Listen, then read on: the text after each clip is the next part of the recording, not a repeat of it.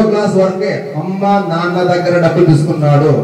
10వ క్లాస్ తర్వాత ఇంట్లో వాళ్ళు ₹1 ఇవ్వకుండానే ఆయన సొంతంగా పార్ట్ టైం జాబ్ చేసుకుంటూ, పెయింట్ చేసుకుంటూ, ఓటర్లో పని చేసుకుంటూ, వ్యవసాయం చేసుకుంటూ, ఊర్లో వెంబడి ఒప్పించుకొని, అంటే వేరులో పోయేది పెయింట్ అట్లా కొట్టేది, డబ్బులు తీసుకునేది.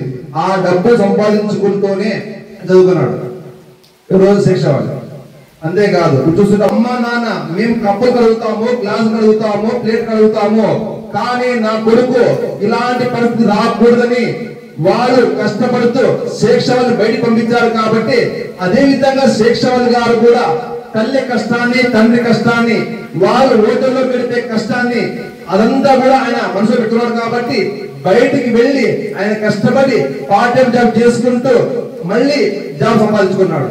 ఎందుకంటే ఆ వయసులో ఆయన కసిపెట్టి సంపాదిస్తున్నాడంటే ఓటర్లోకి వచ్చిన వాళ్ళు ఒక్కొక్క మాట మాట్లాడుతూ ఉంటే, వాళ్ళు ప్రవర్తిస్తూ ఉంటే ఆ మాటలన్నింటినీ కూడా విన్నాడు.